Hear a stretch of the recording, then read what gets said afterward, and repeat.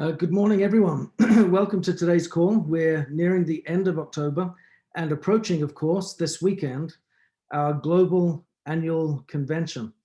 If you haven't purchased your tickets yet, please be sure to do so.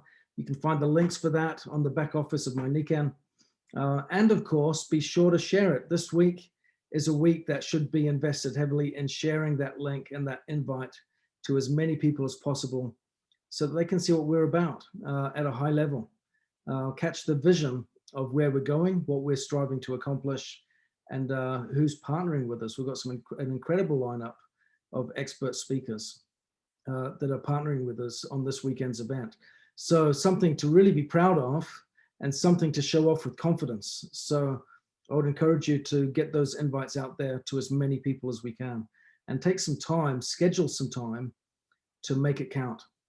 I want to start by, I'm going to carry on a little bit for those of you that were on Mike's call last night. He talked yesterday about daily methods of operation. And I think that's a really important subject. I want to carry on from that a little bit today.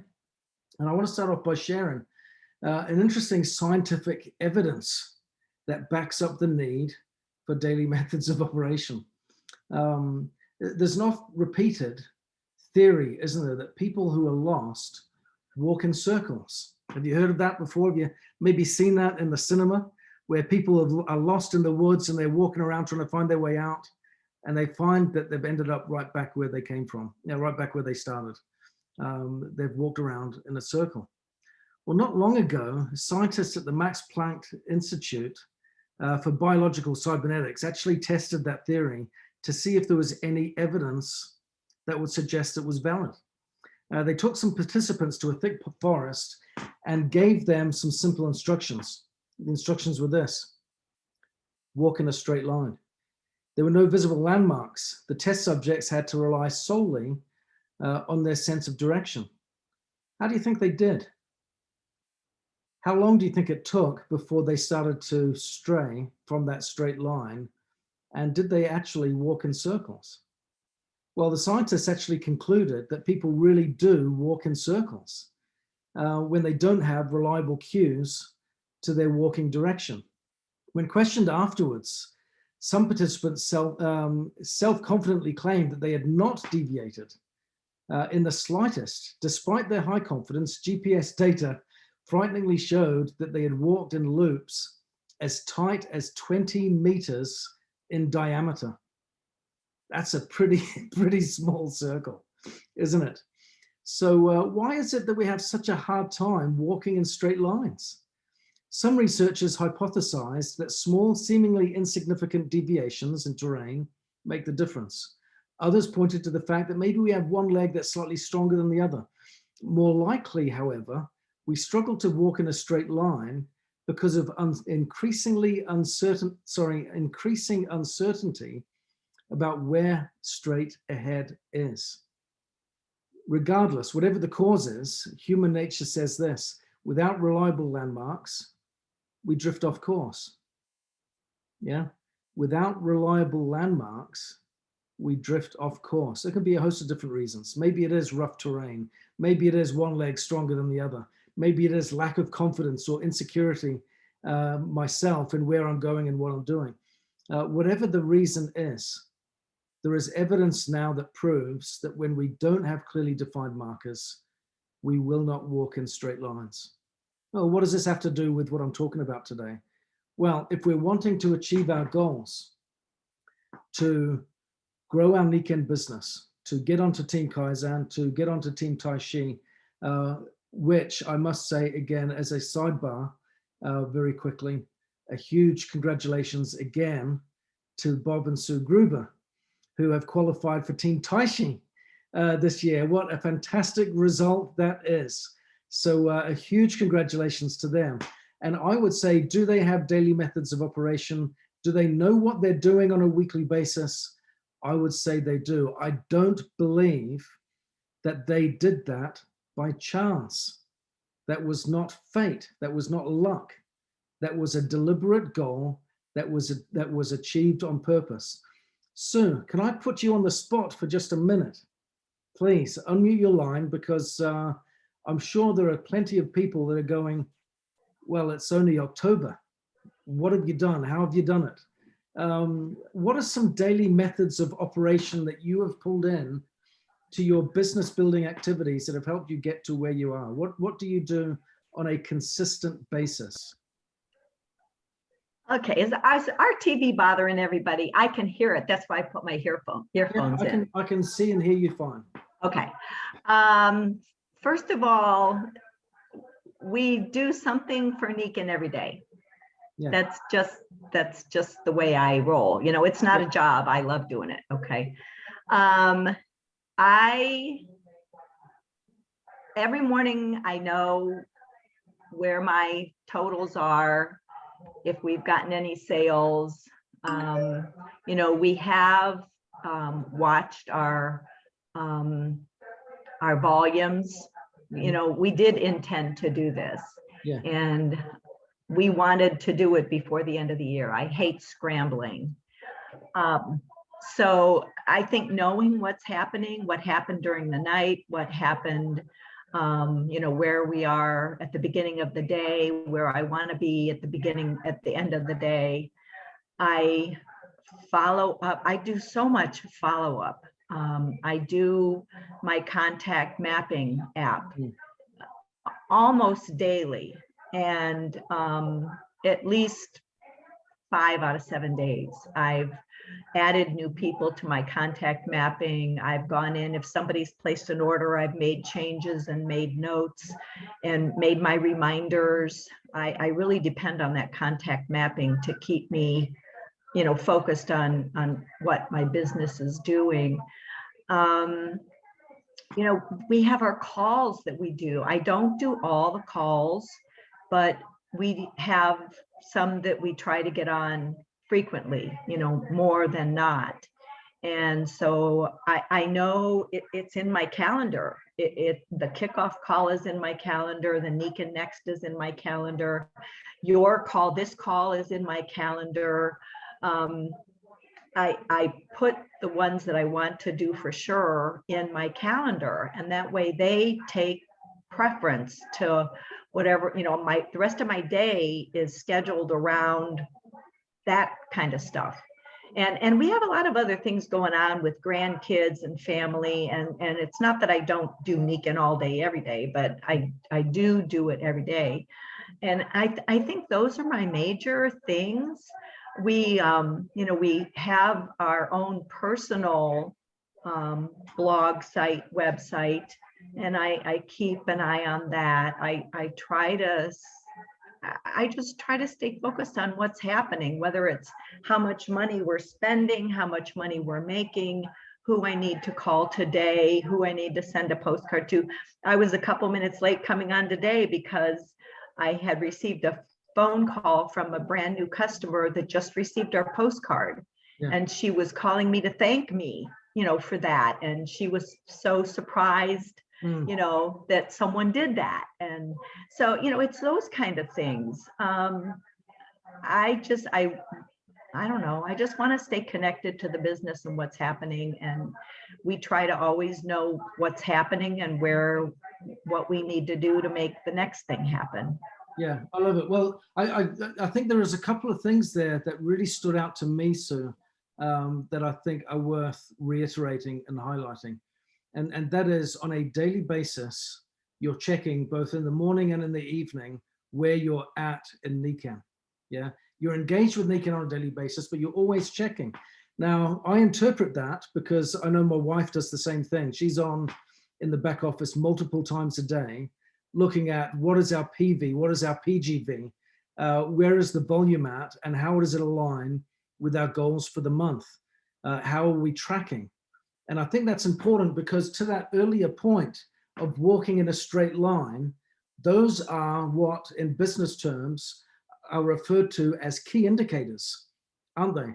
They're key indicators that we're on the right path, moving in the right direction. And if there is misalignment with our volume, then I know to do what Sue said she does on a daily basis. I need to follow up. I need to follow up. I need to follow up. Because when you've got, especially if you've got robust goals, which she has done, what Bob and Sue have done, to say, I'm going to get to Team Taishi, not by December 31st, but well in advance. Yeah, so I'm not stressing and having a spoiled Christmas season. Yeah, I'm going to do this well in advance. So that means robust goals on a monthly basis. So on a daily basis, that means I've got to check, I've got to see where my volume's at. And as Sue said, do we need to invest more money in our ad campaigns today? You know, do we need to make a change here to some keywords? How are they performing? How are they tracking? You know, what do I need to do to get a boost in those sales? What do I need to do to follow up with my new customers or with my existing customers to make sure that they're placing orders, that they're happy, that they're engaged, that they're retained, and so on? We've got to make sure that we have in place systems aligned with what our desired outcomes should be. Our desired outcomes are always volume centric. That's the nature of Niken, isn't it? If you want to rank advance, it's volume centric.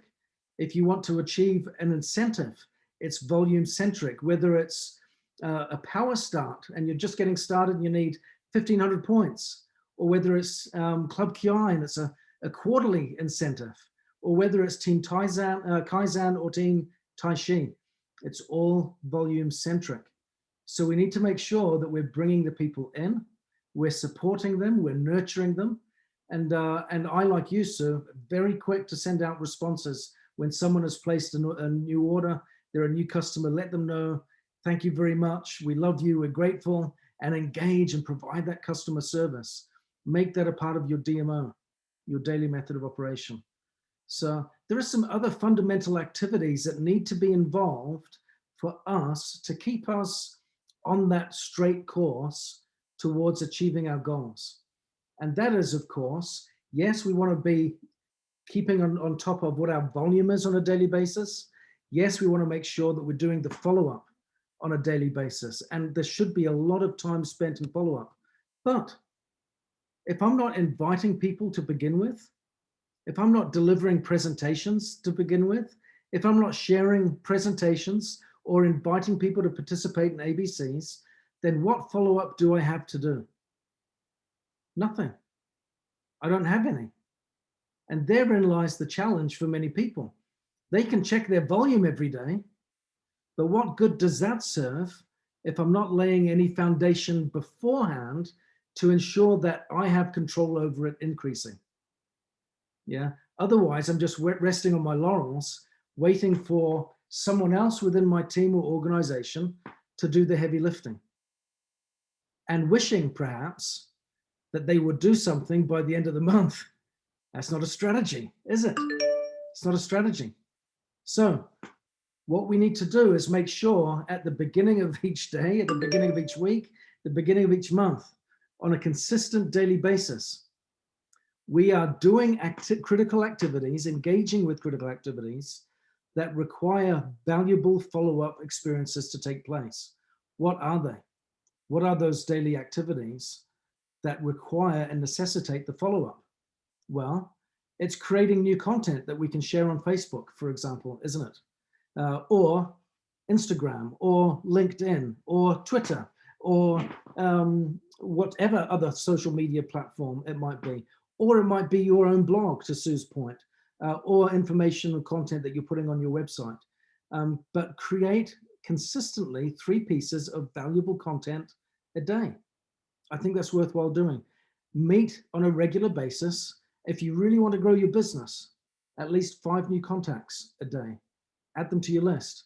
Now keep in mind that adding people to your list, again, does not mean that they are immediately ready to be approached for the business opportunity, if that's where the direction that you're going in with those contacts. You've got to build the relationship. There is always a bridge. I always want to emphasize this because sometimes people jump the gun. I had an ABC or a 3-way call earlier this week or late last week with a member of my team that had jumped the gun just a little bit. He got all these leads and was so excited about it, went out immediately and contacted them all in one mass approach. And it's like, no, you haven't built the relationship yet. Build the relationship with these people, give a value add. Yeah. And how do we do that? What is the strategy for adding value before we extend an invitation? It's typically 3 times, 3 contacts. If you're going to have an email campaign or an approach with cold market people, it's add value, add value, add value, invite. That's typically the strategy, isn't it? Add value, add value, add value, invite. And so when you're building a cold market audience and you're wanting to get them to a warm state where you can extend invitations, once you've found them, once you've made the contact, don't get over enthusiastic and immediately jump to the invitation. Build the relationship first and make that a part of your daily method of operation. It doesn't need to be a slow process, but it does need to be a part of the process. So we add contacts to our list on a daily basis. We add value to those relationships on a daily basis, and we invite on a daily basis. Yeah. In addition to that, on top of those things, what else do we want to do? Well, we want to invite people, when I say invite, to do what? To look at presentations, to participate in events, to watch videos. We've got a host of different tools and different resources where we can get people participating with us in some way, shape, or form. Invite them to sign up to our newsletter.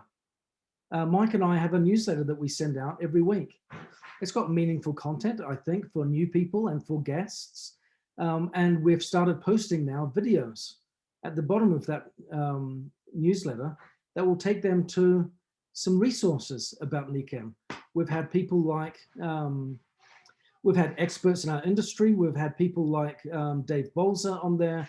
We've had recently one of my favorite classes that I did on the master class on marketing.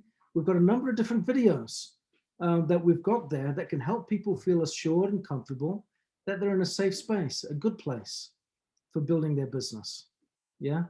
So I think we've got some resources here that we can invite people to participate in and use in a meaningful way. So lots of invites that we can give value to their experience of collaborating with you and participating.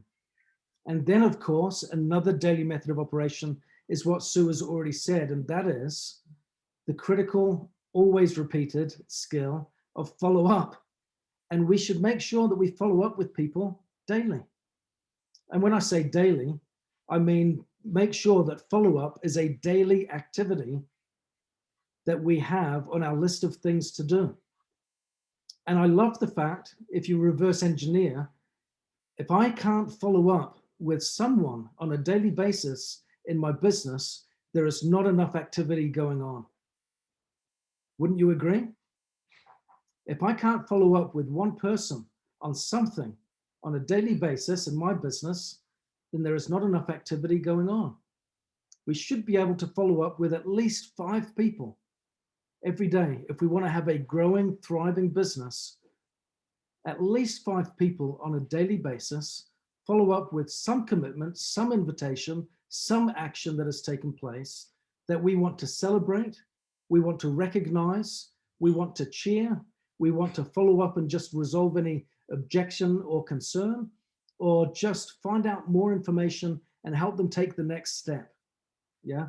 But there should always be something to engage with and follow up on as a consequence. And of course, this all leads to what? If we're business building versus just customer gathering, it leads to what? It leads to three-way calls or ABCs. And if we've got 5 meaningful follow-ups a day that are taking place in our business, that is the result of meaningful, engaging activity that has come from invites and participation and value adds, like I talked about before, add value, add value, add value, invite. When we do that, that all leads to meaningful, well-prepared ABCs. And those ABCs then can have a very, very positive outcome. I have found in my experience, and I'm not sure about you, but when I participate in ABCs, I would say the conversion rate of them joining the business is typically, probably, if they're well prepared, it's around 85 to 90%. The conversion rate is fantastic. And I don't think that's because of me particularly doing a great presentation. It's the process. It's the process. It's when they've had a great invitation, a great relationship developed. They've had that value add. They've participated in a number of different things. They've heard a presentation. They've spoken to a couple of others. And then they come to us, the A's, for the closing act. And the closing act finishes professionally. And then they move into the business and they move forwards. It's part of the process. Yeah, it's not the first step. It's one of the beginning steps of their new journey with Nikan. And that's the bit that's really exciting. So the conversion rate, you can confidently see, will be high, but we want to lead them in our daily method of operation to that path, So I want to ask a question. What does your current daily method of operation look like? Because here's the thing. We can't change our daily method of operation and improve it if first we don't know what's wrong with it. Yeah. So what currently is wrong with your daily method of operation? Or is it spot on? Is it exactly where you want it to be? Yeah. I know for me, there is always room for improvement. Yeah. There's always room for improvement. There's always times where I plan to follow up. I've got one guy that I've been meaning to follow up. He's been slow in getting his paperwork to me.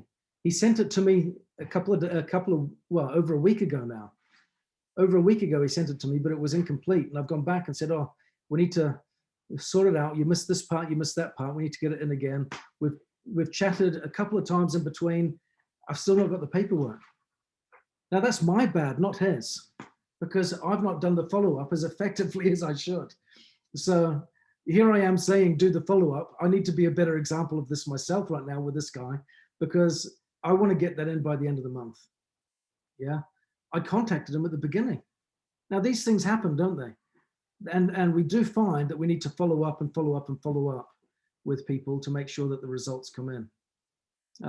But what part is missing? What part is underserving you right now? I want you to take a close look. And I want to conclude, but just by summarizing some of the critical points that we've talked about today, incorporating some of the very, very valuable content that Sue said. First of all, we have the big picture where we focus on Nikan every day. It doesn't mean we're building full time every day, but we have a focus and we're making Nikan activities a priority in our lives. Why? Because we have goals to achieve. And she shared an example of her goal. Hers and Bob's was to get to Team Taishi long before the year is out. That was the goal. That means she knew in advance each month what her volume requirements should look like on a monthly basis. That means she knew in advance what her sponsoring should look like on a monthly basis. Yeah. And she got there ahead of the curve. So we have long-term goals. We have a clear short-term and mid-term focus on Nikan where we have prioritized, and then to keep on track so that we're not walking around in circles. Like we said earlier on, is proven to happen if we don't have clear markers. We check morning and night. How's my volume looking? Where am I at? How am I performing? Is it meeting my goals, or do I need to adjust? What do I need to adapt?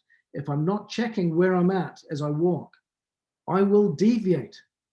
And that deviation, if it's left to its own, can take us in very short circles very quickly. 20 meters. That's such a small circle, 20-meter circles. So we want to make sure that we're checking regularly the key indicators of our business, which are volume-centric and people-centric. Who's on your watch list? Do you use that tool in your back office? Who's in your watch list? And how does my volume look? What tools am I using to follow up with my customers? What tools am I using to follow up with my team? And what are my daily activities to make sure that I have meaningful, justifiable reason to follow up at least 5 times a day with different people? And that's adding people to my list, extending invitations, showing presentations, and participating in ABCs. It comes down to that. And of course, the great customer service activity that keeps them engaged and retained and repeat customers. Yeah. These to me are some of the fundamental behaviors of daily methods of operation. And if we're participating that way, and like I said, having enough activity that justifies 5 separate episodes of meaningful follow-up, we're on the right track. We're doing the right thing. If we can't follow up on a daily basis, there's not enough activity going on in my business, and there's something that I need to change. And it will be around those areas. How many people am I adding to my list? How many people am I inviting to participate in some ways and something in the business? A product demonstration, a video, an invitation to join the convention, an invitation to participate in one of these calls, to get access to our newsletter, to read something, to watch a video, you name it, to meet a person, a friend in my business, an invitation to do something. Because like I said, it's value, value, value, invite. If we do that, follow that process, we can be really on top of our game and get great outcomes, great outcomes. So I hope that after today's call, we can take a moment of time just to step back and say, what does my DMO look like? How am I performing?